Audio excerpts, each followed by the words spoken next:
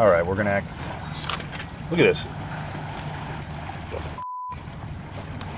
Hold up here. I gotta show you this. So this stuff is like, it's actually smoking. You see that?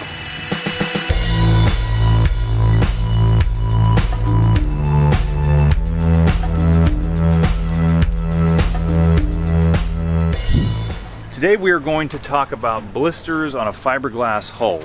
Now, if your boat is covered in hundreds of blisters, that's going to be a potential problem, and it's going to cost a lot of money to redo the entire bottom.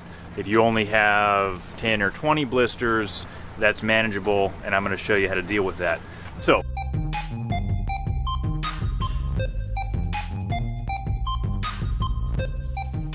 in order to understand the blister phenomenon, you have to understand kind of the layers of the hull, right? The outside layer is the anti-fouling paint or the bottom paint. One layer below that is going to be called the barrier coat. One layer below that is called the gel coat, and then one layer below that is going to be the fiberglass hull. So that's the strength of your boat, that fiberglass hull. What happens with blistering is water kind of seeps through some of the pores through the years and then gets stuck in between the layers, right? Gets in between the fiberglass and the gel coat, and it causes some rotting of some of that material. And there becomes a little circular spot that's literally kind of like a pimple or a blister on your hull or on your rudder. Rudder in my case is that's what we're going to be working on. And you can go to with a little sharp object and you can pop it and liquid will come out usually, and it's usually going to smell like vinegar or something because it's this weird chemical process that's happening through that breakdown. Essentially, if you've ever had a cavity filled at the dentist, that's exactly how you repair a blister on a boat. Treatment of a cavity generally consists of two steps: removing the decayed portion of the tooth. Under local anesthesia, a high-speed dental drill is used to remove the decay and prepare the tooth for the filling, rebuilding the missing tooth structure with a suitable filling material. So let's look at some of the blisters as an example. You see here, these little things here, these are blisters, and there's quite a few of them on the rudder. We've seen some examples of the blisters on my rudder. Now we're going to go to the marine store, we're going to get some supplies, and we're going to come back and we're going to tackle this project. Let's go. I go straight to the epoxy aisle for our main ingredient. West Systems is probably the most common brand of epoxy. I get the smallest container.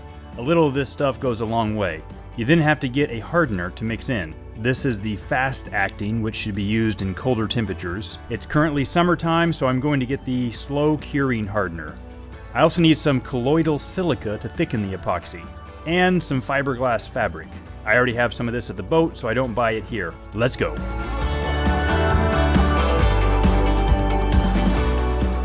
A little shout out to my local Fawcett Marine store. It was just over $66 here at Fawcett for the 3 items. Same exact supplies at West Marine would have cost me more than $80.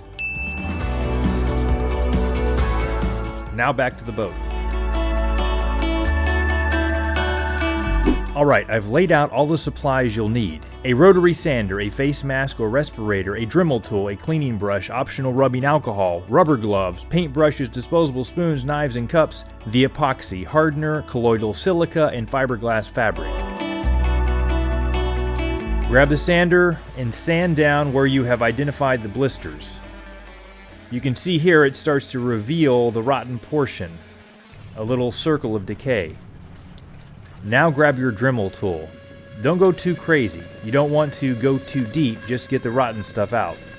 One thing I want to see if I can show you here is how to know how far to go on these. You see right here, there's still some delamination that you can see that's visible. It's still separated right there. So you want to go back even further until you see no more of the delamination. Here's a good example here. You can see that once I started sanding, you see that it became a perfect circle, and this is actually the dead spot right in the middle. If I were to go down into it, you might even see some additional water come out. Yeah, you can see the water right there.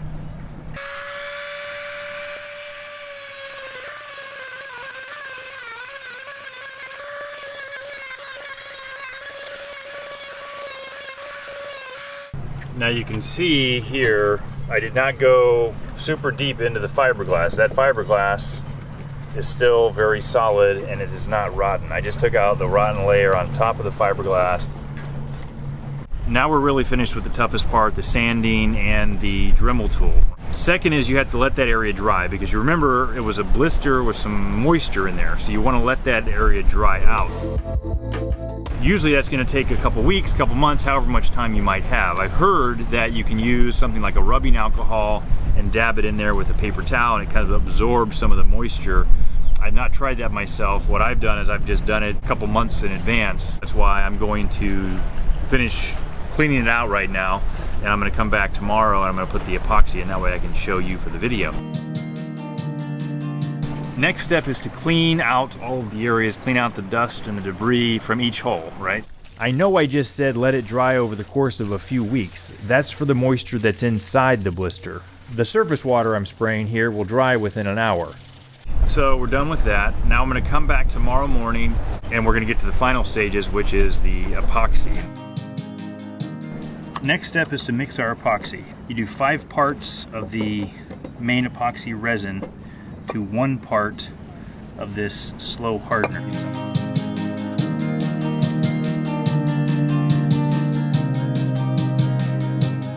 5.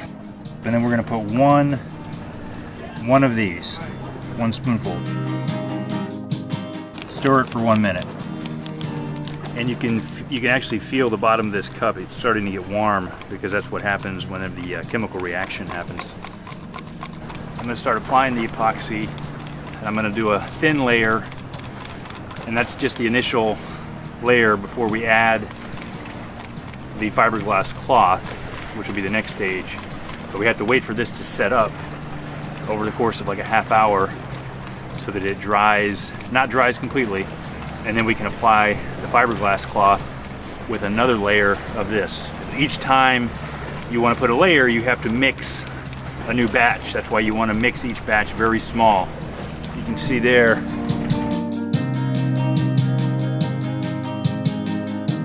All right, let's go ahead and apply it. Make sure it's free of dust. Thin layer, otherwise it's going to drip down. You don't want that.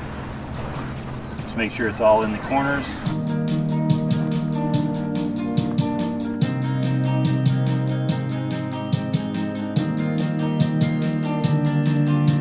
Try to get it about the size of the circle. So I got this knife, and you can still feel that it's a little sticky in there.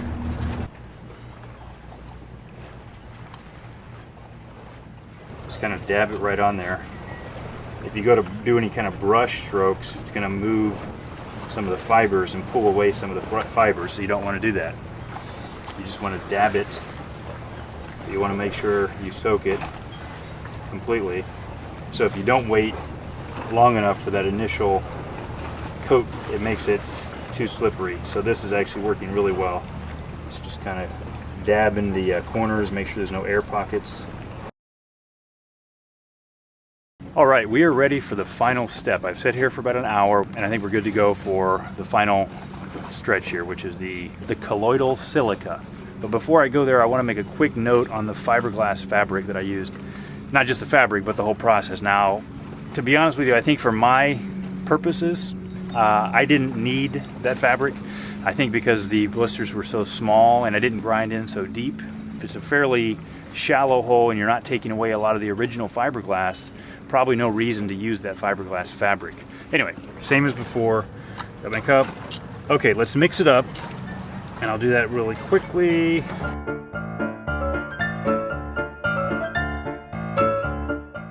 Mix it for at least a minute.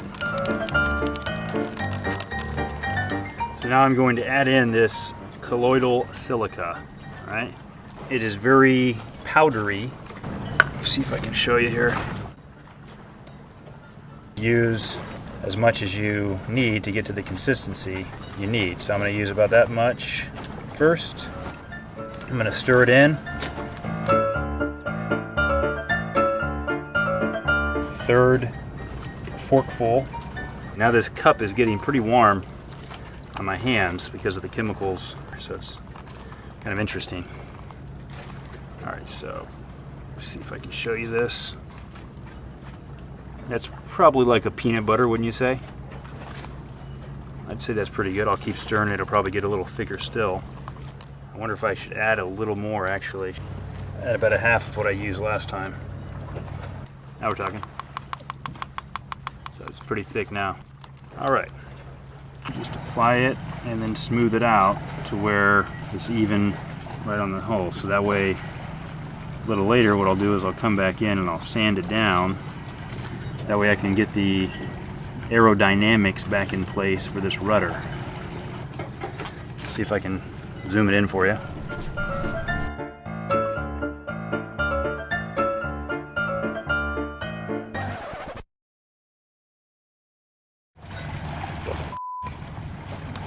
Hold up here, I gotta show you this. So this stuff is like burning, it's actually smoking. You see that? That is bizarro. Seriously, it's like gonna melt my plastic. Pray many Christmas.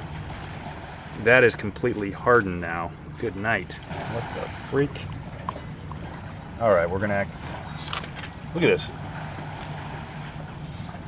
I don't know if this is normal or what.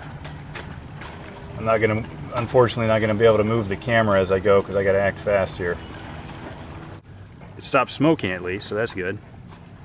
But that's like a huge ass kryptonite or something going on.